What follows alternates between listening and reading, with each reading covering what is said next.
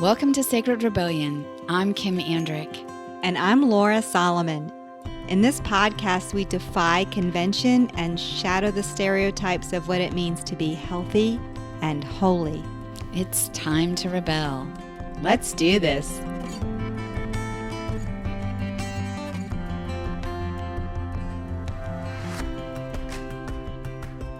Coming up on this episode, here we are, Kim. We're back. Another fun episode with a wonderful new guest. Super excited.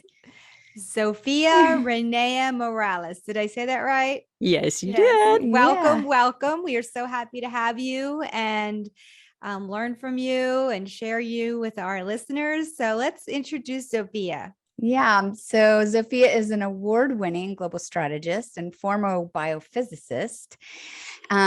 She at once had it all, according to 3D, it seems. A high-powered career, a loving husband, gorgeous properties, adventure, good friends.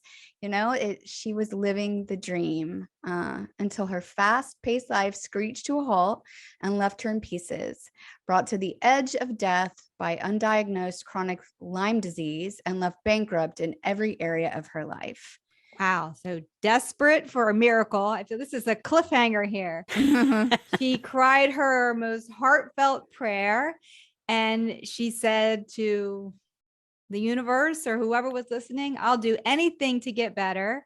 And this single prayer triggered an unanticipated Kundalini awakening. We got to definitely talk about that in this podcast. And it's a spiritual activation which unlocked her gifts as an intuitive healer, mystic, and it changed her life completely. Yeah. Be careful what you pray for, right? Oh my goodness. Anything is a big word. Yes, it is.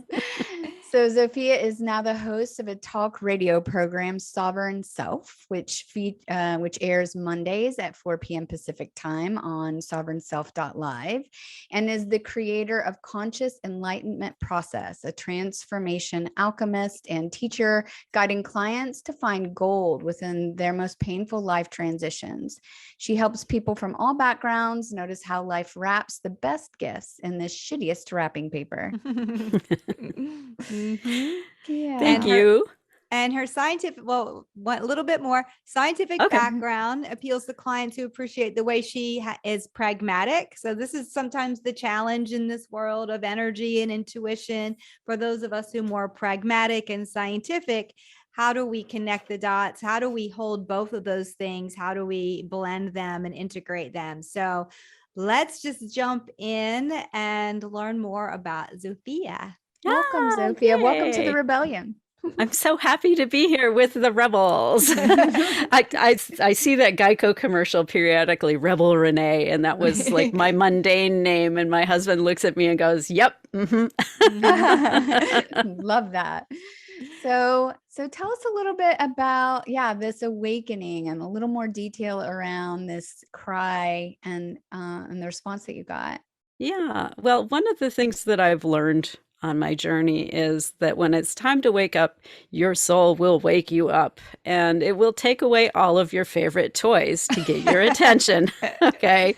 And so I lost the corporate career as part of this awakening process. I started to get very ill, which is why I lost the corporate career. And then I got more ill, and I'm looking for answers, right? And I'm going to all these doctors and nobody can tell what's wrong with me, but I'm getting increasingly sick to the point that I was having a conversation with my 70-year-old mother one afternoon. She's like, you are more unhealthy than I am. Mm-hmm. And that is despite doing all the right things. I mean, at this point, I had completely cleaned up my diet. I was exercising. I was doing all the things that they ask you to do, including meditation and visualization and all of this. And it just kept getting worse to the point that I couldn't remember words. I would forget entire chunks of my day. It was getting very bad. And so that was the next thing my soul took away from me, which was my amazing intellect. I've always had this incredible brain, this ability to solve problems, to answer questions. And that is getting eroded to the point that I can't cook dinner in 30 minutes anymore. It takes me 3 hours because I go in there. It's like, why am I in this room? Not why am I in the kitchen? Why am I in this room? Oh, it's a kitchen. Wow. And having to remind myself of each step as I go along. Okay, I came into this room to prepare dinner. Okay, open the refrigerator. What's in here? Okay, chicken is good. I'll bring this out. I'll bring that out. I can do this thing.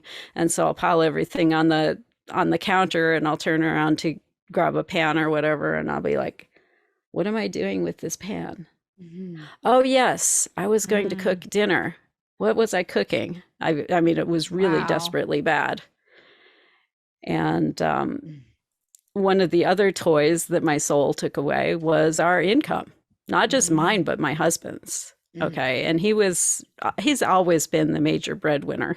He's always made more money than I have. And so we were kind of scraping along on what he was doing by himself, despite the fact that I couldn't work. And then he lost his job also. And pretty soon you're in bankruptcy. And that really restricts your options, right? Because when you go into bankruptcy, the trustee decides how you can spend money beyond like the basics to get your groceries and to pay the rent and the utilities. And so I'm in this place of very few options for myself and for us as a couple. And I was guided to the right doctor eventually, okay? Because I had come to the conclusion that conventional medicine, as it's typically practiced, was not going to get me to where I needed to be. We discovered a bunch of health issues that I had that weren't responding to the conventional kind of stuff. For example, I had high cholesterol. They automatically want to put you on a statin, right? And my body was not having any of that. No. I tried every single statin on the market, and it was a trial to go through this. It wasn't like, oh, well, that's not working. I would start the statin and it would feel like I was coming down with the flu. You know how your body hurts everywhere. And the longer I was on the statin, the more my body would hurt. And so after 2 or 3 days of this, I called the doctor's office. I'm like, I hurt all over. They're like, okay, that one's not going to be the one. Stop taking that one, and we'll call in a new prescription for you. Give it a week, and then we'll do it again.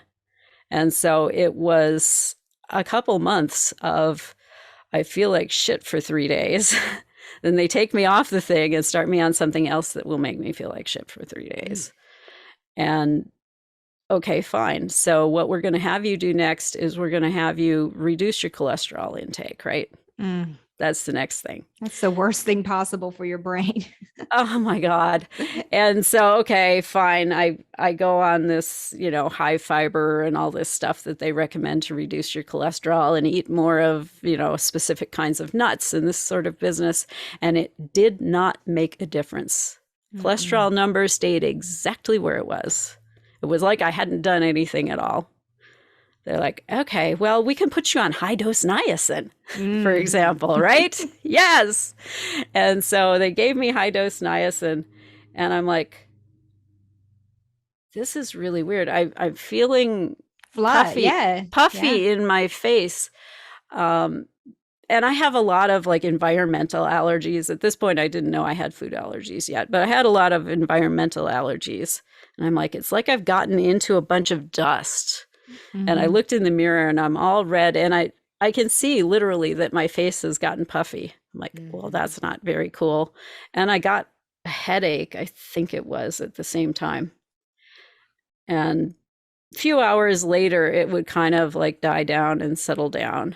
And I talked to my doctor. I'm like, is this normal? She's like, a little flushing is normal. And I took it again the second day, and it was worse. And the headache was worse, and the inflammation was worse, and it stayed longer. And I asked her, I'm like, what's going on? She says, well, you might want to try taking like an Advil or something with it. the next time, which I did. And it really made like almost no difference. And so I was like, okay. Why is that always the solution? Let's take another drug. Let's take another drug to deal with the side effects. Deal with the side effects exactly. that's giving you the issue and not fixing the problem. Exactly. Yeah. Let's not approach this from another angle. So, I mean, we went through all of the stuff that they do for high cholesterol, and none of it was making a difference. And then I had discovered the idea of food allergies. Mark Hyman has a book called like the Simple Diet, or I forget exactly the title of the book, but it's a very simple exclusion diet plan. Yeah. Mm-hmm. And I'm like, elimination diet. It's super simple. Mm-hmm. Exactly. And so I'm like, okay, I will do that. And I did that for 2 months, something like that. I forget what the length of his plan is. And I got to the point where I was trying to reintroduce some stuff. And we did some more blood work. And the doctor's like, what have you been doing? What do you mean? Your cholesterol has improved by like 60 points. Mm-hmm. I'm like, I've been looking for and apparently avoiding food allergies. Yeah. So your body was in a chronically inflamed state. Exactly. Right. Well, and the thing that I've discovered since then, which I discovered with the doctor who eventually diagnosed me, was that I'm an overproducer of cholesterol. This is what my body does when it's under assault. Yeah, it's a stress response. Yeah, exactly. This is what my body does to try to protect itself. Right. And so often with cholesterol, that's what happens. Cholesterol gets targeted as the bad guy. And it's just there trying to help. I'm just here trying to help. And it's just there trying to protect you. Yeah. Right? Exactly. Right. Yeah. Yeah. It's like the guy that runs over to the man who's been mugged and is trying to help him, and the cops come and arrest him. It's like, no, I didn't shoot this guy. I'm just here to help her. I was just trying to keep him from bleeding out on the sidewalk, right? Yeah. Yeah. So then how did it shift to you understanding that there was even something deeper going on? So how it shifted was, it was better, but it wasn't fixed. Right. Okay. Because I went from a total cholesterol of like 230 to a total cholesterol of 180, which the doctors are still like, and the insurance company is sending all these letters going, put this lady on a statin, right? Which is not happening. Right. Mm-hmm. So I'm continuing to seek answers, and I decided I needed a less siloed physician. Yes. Okay, because they get very siloed. You're required to specialize, and the eye doctor doesn't know much about, what goes on with your diabetes or your kidneys or whatever it is. Right. And so the less siloed doctor option is the functional medicine doctor. Yeah. And I decided I was going to look for a functional medicine doctor who took my insurance. Now, this is a zebra. Yes, it is, because I've worked in functional medicine. They don't typically take insurance. They don't want to mess with it, because it's every time you go to do anything, it's a fight with the insurance company, because the insurance company wants you to give the patient a pill and make them go away. Yes. That's exactly right. Don't do anything involved with this person. We're not paying for it. So who did you find? I found a functional medicine guy who was covered under my insurance. There was one. Is it in Minnesota? No, that was actually in Indianapolis. We were in Indianapolis at that point in our journey. Okay. And so I went to him, and we did tests. Oh my God. The first time he drew blood to do tests, I thought I was going to need a transfusion afterwards. I mean, they come with this rack of tubes. I'm like, oh, wow. It's weird that she brought everybody's tubes over. And then I discovered those are all my tubes. Wow. And is he the one who discovered the Lyme disease? Ultimately, he is. We went through several rounds of, he's the one that encouraged me to get my DNA sequencing done, which is how we learned I'm an overproducer of cholesterol, because he was looking for methylation defects, because that can cause the kind of exhaustion and stuff that I was dealing with. We looked for Epstein-Barr, we looked for heavy metal overloads, all of this kind of stuff. And there was nothing to be found on the heavy metals front. the methylation, although it was helpful to me in ways I had not expected, because I have a methylation defect that is at the root of, and there's a long list of these, Yeah. chronic depression, Is it? OCD, autism, schizophrenia. Right. It's the MTHFR. No, it's not the motherfucker. Sorry. That's okay. You can say That's that what we here. call it in the We're business. rebel. We're rebels. Yeah, I don't have the motherfucker. This is the MAO-A mutation, and it's Okay. at the roots of all of this like physiological stuff. And everyone in my family, my mother is, what do I want to say, borderline OCD. I mean, it is her way or the highway. It has to be done just so. Okay. My sister has been diagnosed with schizophrenia and addictive tendencies. I have a nephew who's on the autism spectrum, and I have gone through my life with this struggle with clinical depression. But you supplement the instructions for making the enzyme that goes with that, so your brain can actually balance itself. Mm-hmm. Bye-bye antidepressants. It was amazing. You know, that was lovely. Unexpected. I wasn't looking for an answer to that. I'd kind of just assumed I was going to spend all my life trying to, you know, keep myself pumped up and motivate myself to get out of the bed. But it makes a difference when your brain has the instructions to be able to balance your brain chemistry. So that was amazing, but I was still getting increasingly exhausted. I was still having trouble remembering the things I needed to remember, and it was getting worse and worse and worse. And so we eliminated all these other culprits, and he's like, I suspect you probably do have Lyme. And it was fairly easy for me to accept that, because in the 90s, the early 90s, I'd read an article, and this is when they were just discovering what Lyme was. And I'm going through it and I'm like, reading the symptoms going, yep, that's me. Yep, that's me. Yep, that's me. Yeah. I think this might be what's going on with me, because at that point in my life, I'd already discovered that, you know, every year it was like somebody had piled another 20-pound rock into my backpack and said, you know, go get them, kid. And so I was reading this article and I'm like, okay, I have to figure out who the doctors are who know about this. And so I'm getting down to the bottom of the article and anticipating this information. And the article wrapped up with this paragraph that said, but don't worry. Lyme is only transmitted by this specific tick that lives in the northeast of the United States. And so if you live someplace else, you know, it's not likely that you would have this. Well, I've never been to that part of the country at that stage in my life. And so I was like, oh, damn, here I thought I had my answer. But what they've learned since then was any tick can carry Lyme disease. And it is global. It is pandemic Lyme disease. So you can get it anywhere in the world. So when he got that diagnosis, did you start to get better right away when you started treating that? Well, you know, that's a very good question, because that's what you would like to think. But the thing is, Lyme is very poisonous when it's active in your body, and it's worse when you kill it, because when it's alive, it just kind of trickles out these toxins. When you kill it, it explodes and releases them all in this big geyser. So you feel a shit ton worse as you're going through the conventional therapy. Yeah. And he started me on the conventional antibiotics that they use with this thing, and they rotate a whole bunch of them. He's got this plan that's 2 years long. Yeah. And intense.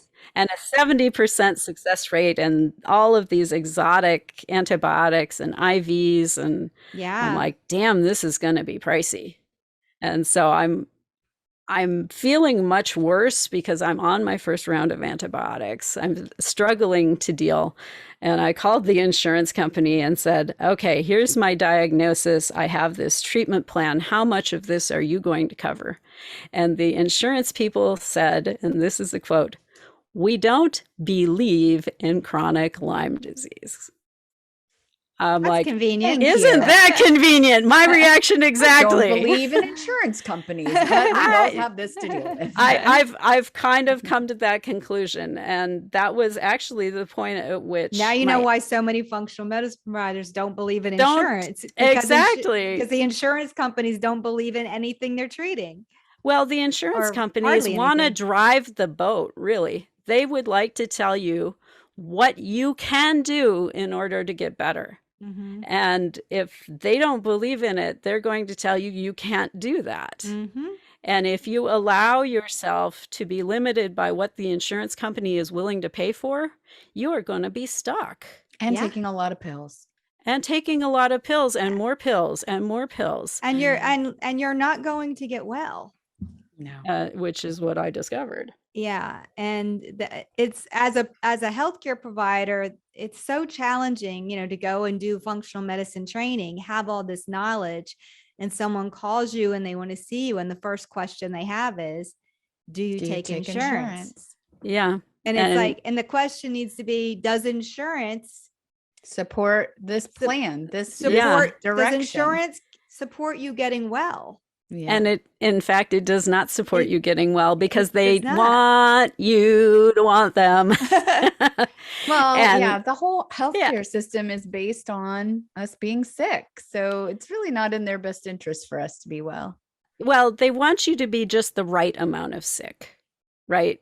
We want Yeah. you to be the amount of sick that you feel like you need us on a daily basis, but not so sick that we have to pay for anything that's really It's expensive. like the perfect codependency, right? Yeah, Yeah. exactly. And so I had this conversation with them, and the bottom line of the conversation was 60 days of oral antibiotics, full stop. I said, oh, okay. And the doctor's visits, right? She says, oh, yeah, that's one thing you need to know before you get off the phone. Your doctor's no longer in network. Mm. I'm like, that's all it needed. So I hung up the phone with her, and I'm like going through my options. Can we just pause here for a Sure. second? Because I want to acknowledge you and where you were in that moment, because you were sick, not able to think, not able to cook. I mean, so where and significantly limited resources, it sounds like, Right. in terms of monetary resources. Mm-hmm. and the fact that somewhere inside of you was a belief that you could get better, that you were worthy of getting better, right? Because those are the ingredients that have to be there.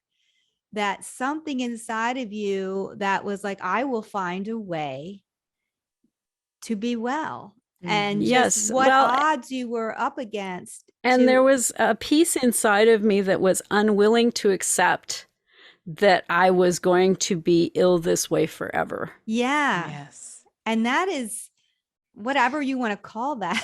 It's like, I mean, that is the ultimate rebellion. Well, and it also is, as we stated in your introduction, like this, it is this, which we all have, right? But this intuition that resides in each of us that you were willing to hear. Yeah. And I hadn't acknowledged it for that quite yet, but I had started to shift into working more intuitively. I'd had a little bit of introduction to muscle testing, for example. Was this functional medicine doctor doing any of that? He did, but I'd run into it before him. I had run into it in the form of Psyche, if you've ever heard of it. And I actually did some Psyche, but the muscle testing they do in that world is a 2-person operation. And what really unlocked it for me was learning how to muscle test on myself. It's like, I'm going to take the control here. I'm going to be in the seat. I'm going to ask and answer the questions in the moment I need the questions asked and answered, right? Yes. The doctor does me no good when I'm in the grocery store going, can I eat this, right? Exactly.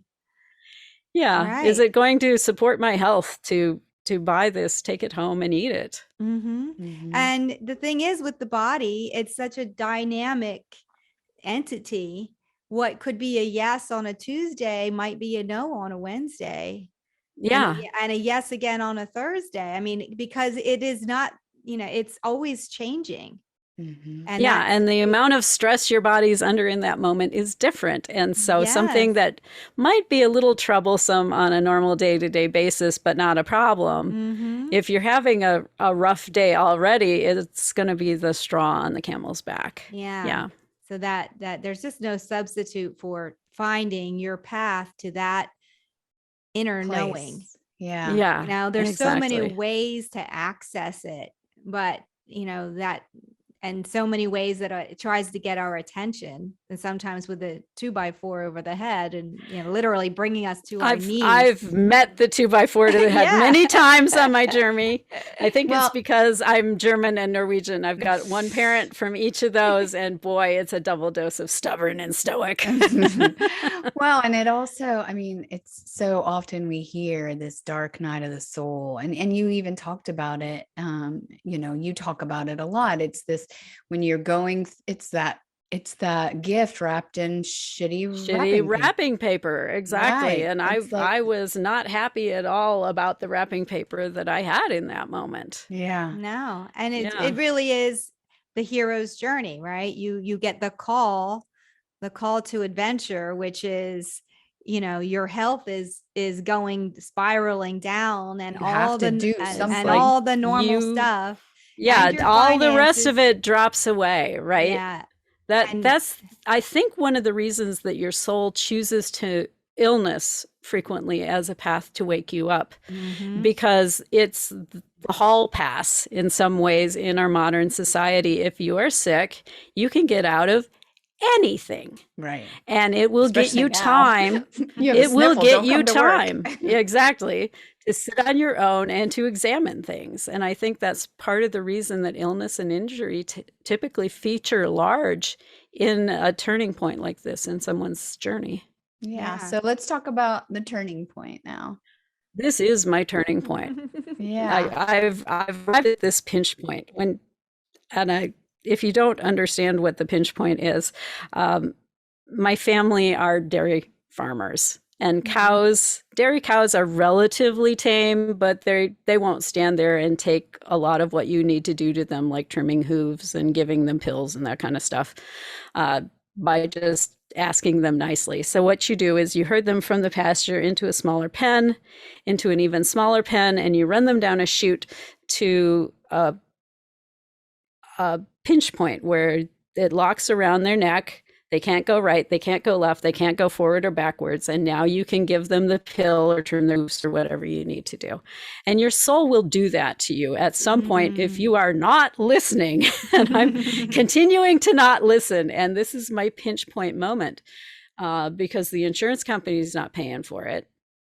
The bankruptcy trustee has already decided how we are spending our money. There's no extra money. My husband has gone back to work at a third of his normal earning potential. So it's bare freaking bones You're right getting now. Pinched from Oh, every are we direction. pinched? There are no spare pennies. And he's gone back to graduate school for another degree because his industry has changed. And for him to be able to continue to do the work that he needs to do, he needs another degree. So he has zero extra time because he is working full time, he's going to school full time, and he is caretaking for a wife who is sick as heck. And I need to clear my throat for a second. So he's carrying the majority of the duties at the house at this point as well. So it's not like he can do anything extra. I'm doing as much as I can just to try to find a way to get myself well. There's no money. And so I only had one other possibility that might be in my mind, and that was to call my father. Now, I was raised in Minnesota by a Norwegian and a German. You will be independent. You will take care of your stuff. You do not go back and live in your parents' basement. This is not how this thing works. And that's what I was raised with. But I decided that this moment right here might be the moment to ask for help. Wow. And so I called my father and explained the situation. And he said that the bank of Dad was empty. Wow. And that night, I laid down next to my husband to rest because I wasn't sleeping at that point. The Lyme had toxified my brain to the point I wasn't going through sleep cycles. And so I discovered if I lay down and rest and work at meditating, because it didn't last very long, my focus was, but if I would keep returning to, okay, I'm going to meditate, I would be a little refreshed when we got to the morning as opposed to completely wiped out. But that night, the meditating was not happening. My brain was like this trapped squirrel, and it was bouncing off all of the walls I'd already run up against with the money and the time, and I can't be employed, and I have this answer. And if I reach my arms through the bars of my cage and I stretch my arm out, it's still just beyond the ends of my fingertips to get to the key that will let me out of this cage. And it was about 3 a.m. that little rational-minded scientific 2 + 2 = 4 me decided that it might be time to have a conversation with God. Hadn't talked to God in decades. There's a part of me that's like, really, this is going to be your first ask? But it's like, screw it. I have no other answers. What I need right here is a miracle, because I've looked for all the options and it's rock, hard place, brick wall, bedrock underneath me. There's no way out of this place. So I said, God, I will do anything to get better. And I meant it with my entire being. And a little voice in my mind said, really? Anything? And I thought about that very seriously for a while, because anything is a big commitment. What are my edges? What are my ethical and moral edges on this commitment? And I won't hurt another person. I'm not going to lie to them. I'm not going to steal or do that kind of thing. These are my edges. And the God that I know and understand would never ask me to do anything like that. Right. This being distinct from the Yahweh of the Old Testament, who asked for all that kind of shit. But that's a whole different rebellion conversation. Oh yeah, I could talk about that all day. We too. have. Okay. Another day. But the God that I know and understand is love and is very allowing of what we are and forgiving of what we are, and would never ask me to step over those lines. So I said, God, just to be super clear about who I'm committing to, I will do anything. And I got my first miracle because I fell asleep. Really, truly fell asleep. And in the morning, I awoke with this clarity that I had to go get one of these clearing IVs that were $250 a piece. No idea how I'm paying for it, but the good news is medical doctors are patient about their payment. So I got in to get this IV, and I'm sitting in the infusion room, and the doctor walked through. Highly unusual, because that's not where the doctor goes. That's the nurses. So I waved him over and I said, here's the situation. Insurance is out of the picture. I'm a cash pay client who's in bankruptcy. In other words, I don't have a lot of cash to be able to pay you with. What can you do to work with somebody in this circumstance? Because doctors are compassionate people. They generally have something. They don't advertise it. You have to ask for it. And he said, well, if insurance is out of the picture and your cash pay, you should know that we have a naturopath herbalist who's on our staff. His appointments are half the cost of mine. He has great success with parasitic infections, which Lyme is a parasitic infection. So that's right up his alley. And instead of using these exotic antibiotics and IVs and all this kind of stuff, he uses herbs. And they're like $20 to $40 a bottle, which is much more affordable. Yeah. I'm like, okay, I will take much more affordable. And so I made an appointment to see him when I got out of my IV. And a week or so later, I'm back in the office waiting to see him. I've been told it's going to be a wait. So now I'm scrounging around for something to read in the meantime because busy brain. I don't want to leave it idle. That would be very bad. So I found a book of all things in the waiting room. How often do you find a book in the waiting room of the doctor? Like 0 times. It's all fluffy magazines. And this book said on the front, The Emotion Code. Now, emotions have been a bugger to me my entire life. I mentioned Norwegian and German. What we're taught about emotions is you don't have them. Only you weak don't people have them. them. Not happy, not sad, not proud. No, you're stoic. Stoic. You just do your thing. You don't let on anything that's going on inside you. You don't even really have emotions. Emotions are for those weak people. Weak people, exactly. Push it down, pretend it's not there. Yeah. Okay. Which had not been working for me. I'd spent decades in talk therapy. I mean, yeah, it was not a good solution. So I was very interested in the emotion code and started reading it. And then somebody came back for their book. They'd forgotten it in the waiting room. Dang, now I got to go buy the book. And so I started going through this book and learning that we actually use those pushed down, packaged up emotions to try to protect ourselves. Yeah. And frequently we will turn them into something that's called a heart wall. Now, before he even introduced heart wall, I knew I had one of these. I'd seen it over the years. I make choices, or at that point in my life, I would make choices about who I allowed into my inner circle, who I allowed behind that heart wall. And it was a high bar to get behind my heart wall. And he made the case that, you know what, you don't need this. I'm like, really? And he described how wonderful life was without one. And I'm like, okay, well, I'm going to make it my mission to take that sucker down. Here comes the planner. The planner comes out, and we figured out how many we had and how many were in the heart wall and how many heart wells we had, which turns out to be 3. And I started systematically taking this thing apart. And I'd gotten through a couple of days of taking this heart wall down, and strange shit started happening in my life. Things that the scientist was very unhappy about.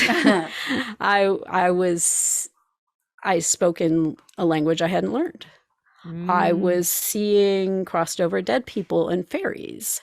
I was knowing things about the past and the future that I had no way to know.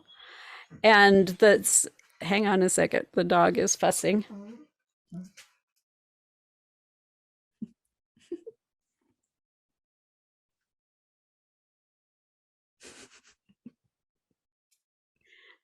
She's getting impatient. So anyway, I was having all these weird experiences, and the scientist in me is like, well, you must have heard that Hebrew prayer at some point in your upbringing in the middle of Minnesota, where I think there are maybe 3 Hasidic Jews. Right. Sure you did. You have this overactive imagination. You're seeing these things because your brain has been eaten up so extremely by this Lyme disease, right? I'm coming up with all these reasons that this stuff is happening and trying to discount and write it all off.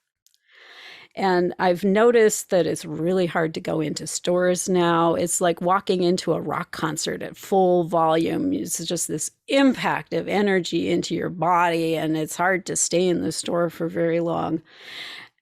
And I'm like, I do not know what's going on with me, but this is really sucking in a lot of ways. I mean, it's kind of cool. There's this part of me, my brain, that's going, this is kind of cool. I think you might be a little like clairvoyant or psychic or something like that. And the scientist is like, sit down and shut the fuck up, right? Don't go down that road. And so there was an afternoon I was with my naturopath, and his son worked with him and ran some of the electronics that he used to rebalance your system with.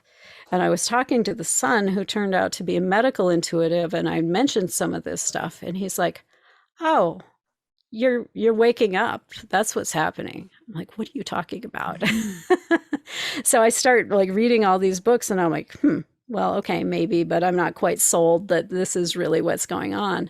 And then I came home from the grocery store one afternoon, and my neighbor was helping her husband into the house, which sounds innocuous on its face, but she's staggering under his weight. They're both in their mid 80s, and neither of them are steady to start with. So this is a disaster waiting to happen.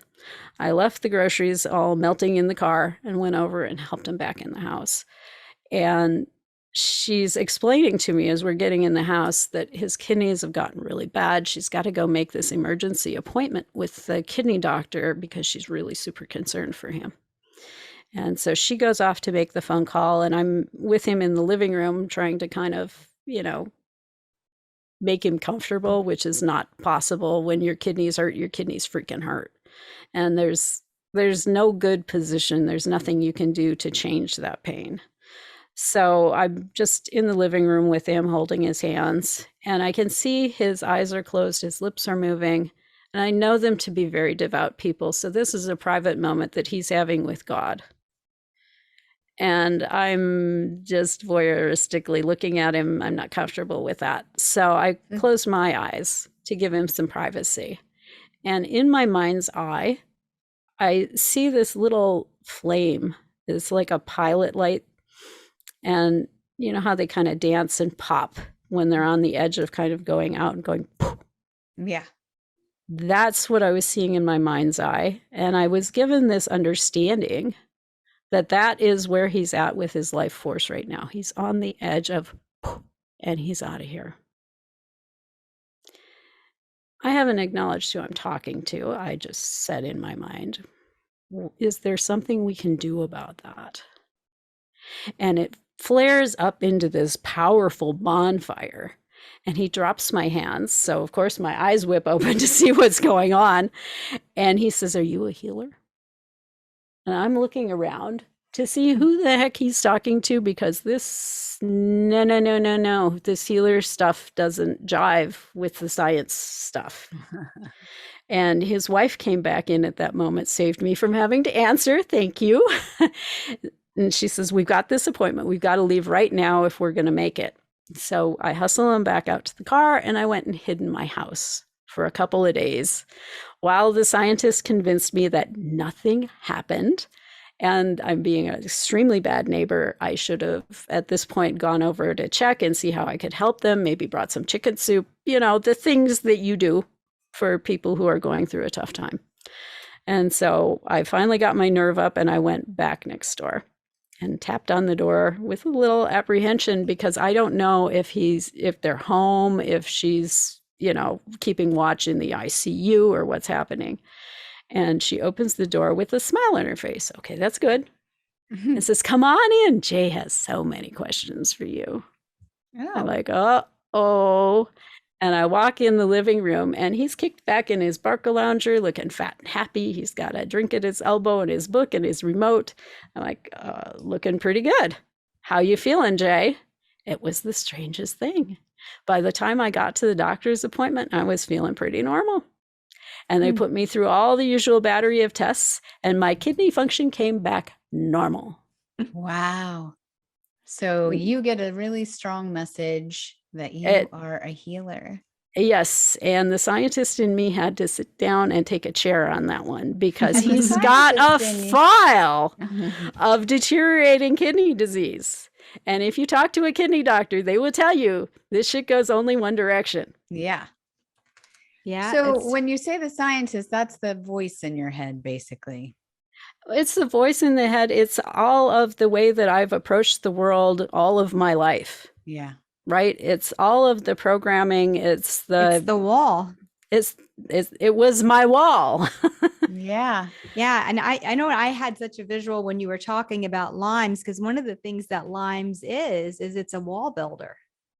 Yes, it builds these little crypts that it goes and hides in. Right. And so it was almost like the Lyme's was helping you with your wall building.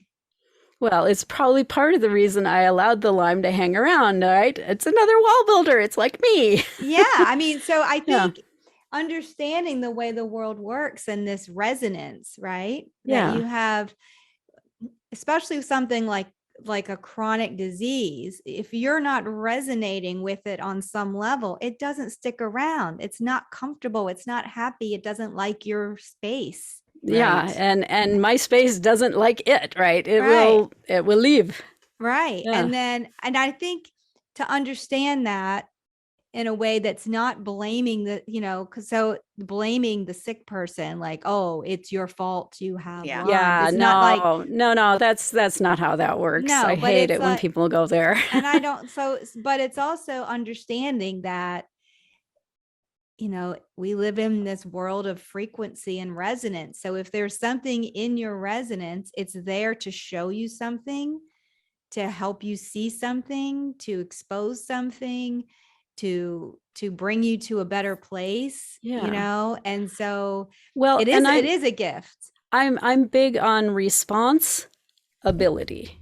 Okay. And I Yes. make that into two different words because it is about how you respond to what's showed up. Yes. It's I don't buy into the law of attraction. Well, you attracted the Lyme disease. Well, no, Lyme disease was just one of those shit happened Right. kind of things. Right. But what you choose to do in response to Right. having it is what makes the difference in your world. Because I could have made different choices. I Yes. could have accepted that I'm just going to be this exhausted, mentally marginally Impacted. functional person for the rest of my life. I could have made that choice. Walled off, not in touch with emotions, not in touch with the world, not just experiencing your soul healing gifts, like all of those things and just shut myself away in my house. I could have made that choice. Right. And at any point in that process, had I decided, you know what, I'm done with this, I can make a different choice. Yeah. It's all in your responsibility. Just because you've made one choice, perhaps to identify with illness,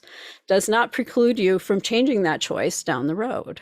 Yeah. And it's one of the things that we kind of focus on here at the Sacred Rebellion podcast, because the other thing that I hear is so much of mainstream practices, mainstream institutions were heavily inviting you and even telling you that there wasn't another option, but inviting you to believe that that first path, that I just need to accept that I'm just going to forever be sick and have to make the decision on whether to, take their path to health or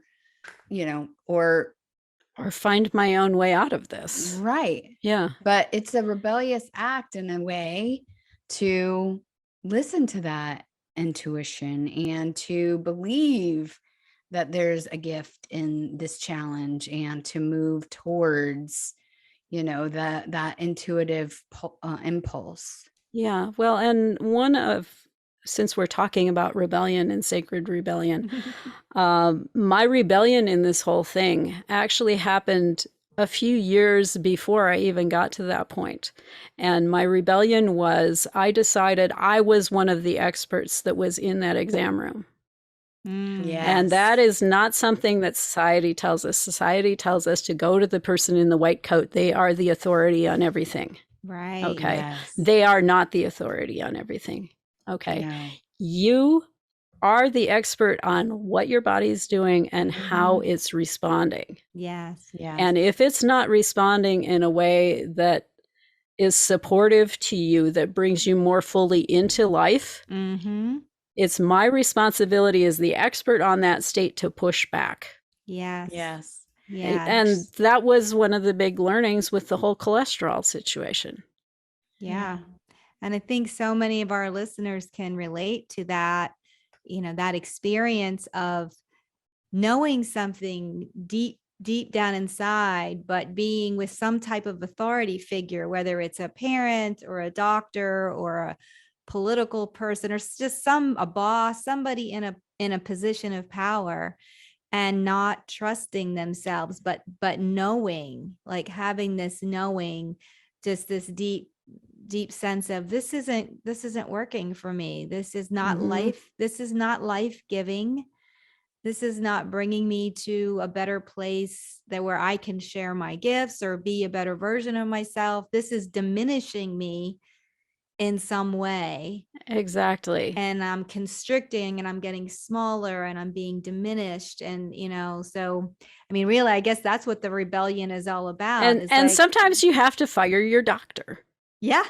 I had a doctor that I was going to at one point, and I canned his ass because every time I went in there and said, geez, I've got this pain behind my eyes and in my sinuses, and I think I've got a sinus infection again. He's like, well, duh, you have allergies.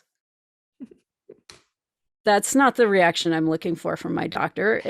What I'm looking for from my doctor is, okay, let's see what else we can do to help manage the allergies. Is there another way we can approach that? Maybe there's a specialist we need to bring in, right? And so if he's just the respect of being an authority of my own body. My own condition. I am a greater authority on my body than and how it feels, and your studies and your degrees and all of that can ever be. Exactly. And so I took back the white coat authority on that. And I'm like, by God, I'm a scientist. I know how to read these medical papers as well as he does. I can go read this shit myself. And that's how I discovered the idea that perhaps I should look at an exclusion diet and some food allergies, because one of the reasons your body will overproduce cholesterol and not respond to the absence of external cholesterol in your diet is because you are inflamed. Yep. If you are chronically inflamed, it will do this. Okay. Well, I know I have allergies, environmental allergies. It would not be a stretch to know that I also have some sort of food allergy or sensitivity. So I'm going to bark up that tree. Yeah. And it was part of the answer. It moved my cholesterol 60 points. But the remaining part of that answer was the freaking chronic Lyme. Because after we took care of the Lyme infection, my cholesterol came back into normal.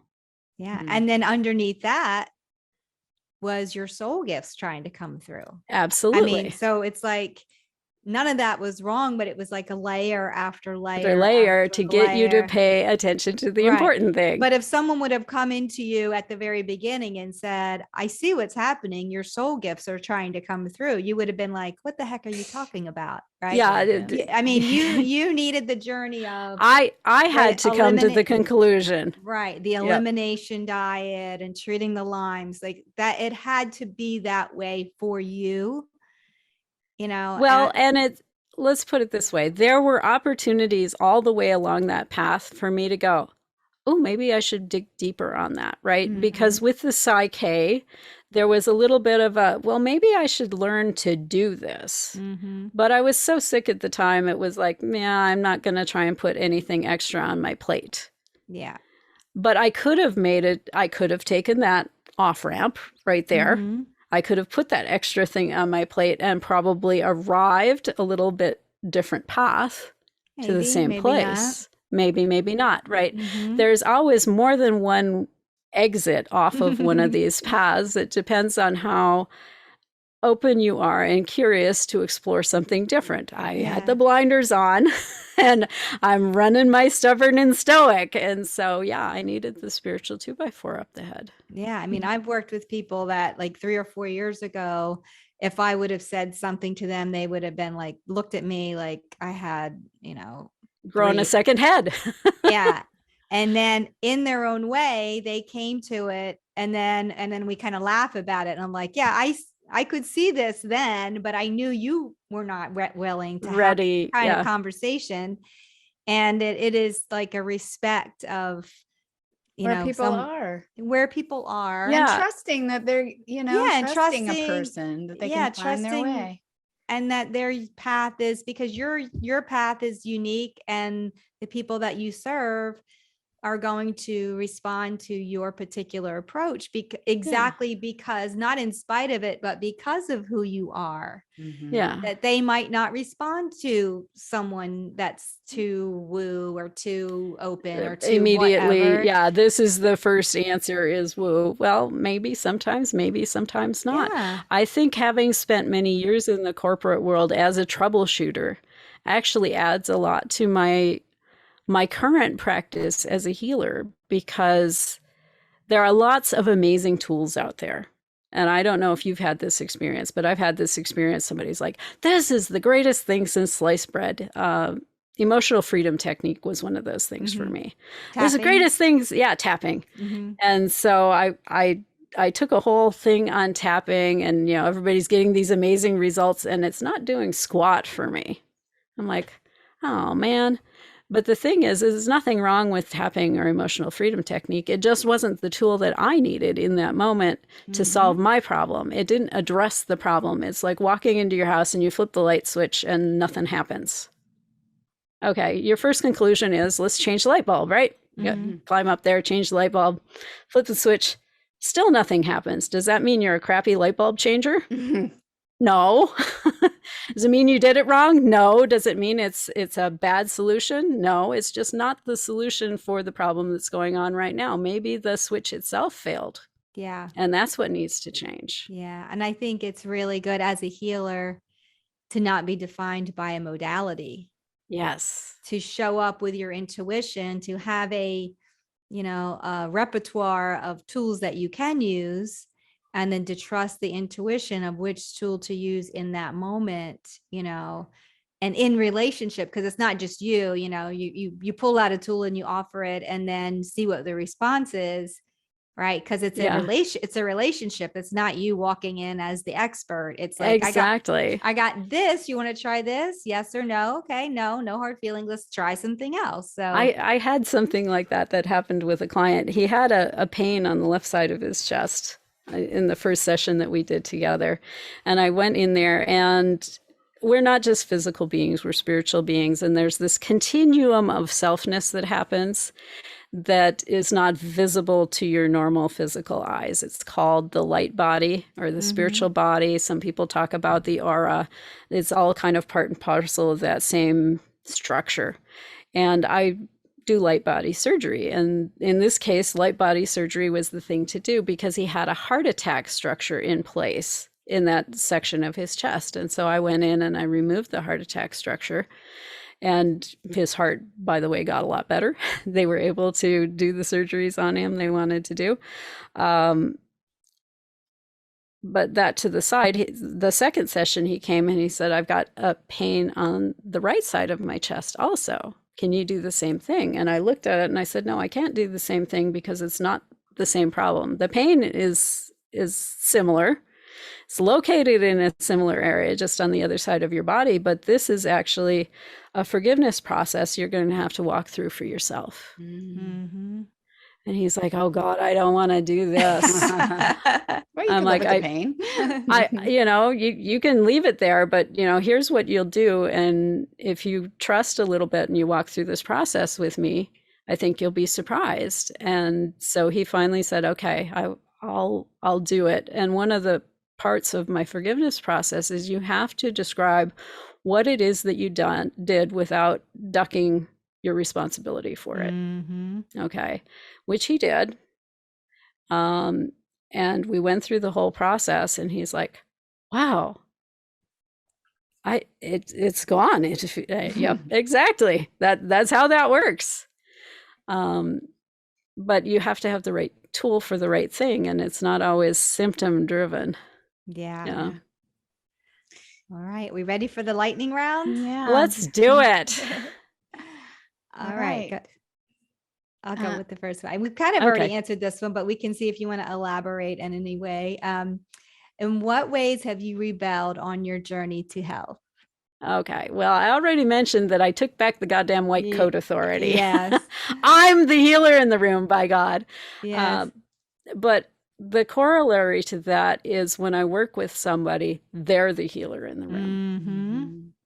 As much as I claim the title of healer because that's how we use it in society, the truth is, and the net experience of working with me is that you are the healer. Yeah. All the information for where we need to go comes out of your being, out of your experience, out of your physical sensations, and is actually led by your higher self. Yeah. Beautiful. Yeah. What is your definition of the word holy? Holy. I want to say that everything in this world is holy. It may be used in unholy ways, but everything is holy, because my definition of God is that God is in the heart of everything around us. It's in every little cell and fiber of your being. It's in every atom and molecule in the desks around you, in the rocks outside, in the plants that grow, in the animals that are in your world. God is. Full stop. I love it. All right. Final question.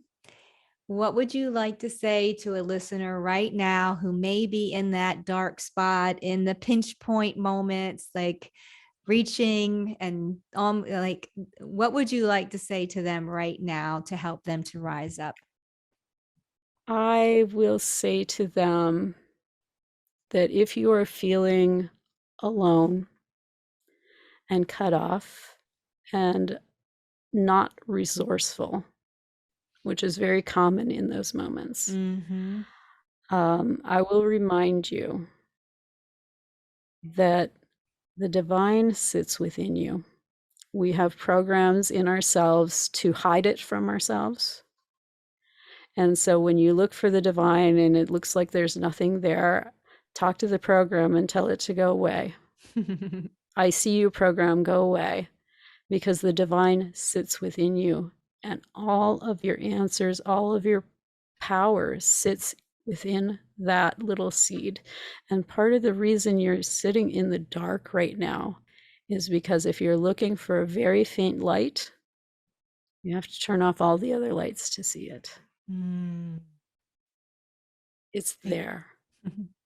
Thank you, Zofia, for being our guest today. Yeah. And one thing we didn't get to, but I want to tell our listeners about, is on Zofia's website, she has a soul gift quiz. It's a superpower quiz. Superpower quiz. Yes. So I'm going to go and take it, and I encourage you to go to her site. And could you tell the listeners what your website is, Zofia? Yeah. To get to the superpower quiz, you go to superpowerquiz.us. Okay. And it will answer the question, what is my number one spiritual superpower? Okay. All right. Awesome. And then we will have that link in our show notes too, and a link to your website. And you do work with people one-on-one, and is the best way for them to reach you to go to your website? The best way to reach me, if you really need to talk to me right now, as opposed to just wanting to poke around my world, you can actually book a 20-minute conversation with me. It's a no strings attached thing. Book ZofiaCoffeeChat.com. It's BOOKZOFIA, coffeechat.com. And we just go through what's going on for you. What have you tried? What have you not tried? And what would be an amazing place for you to go next? And you can decide to take that journey with me or without me. It doesn't matter to me either way. But that's what that's for. Well, thank you so much for sharing your gifts with our listeners today and with us. I have so enjoyed this conversation. Yes, me too. Yeah. All right. Thanks for listening to Sacred Rebellion. We love connecting with you in this way. If you want to join the rebellion and enjoyed this episode, please subscribe to Sacred Rebellion. Give us a rating and review, and please recommend us to your tribe. Follow us on social media at Sacred Rebellion Podcast on Facebook and Instagram. Until next time, stay curious, stay courageous, and most of all, stay rebellious.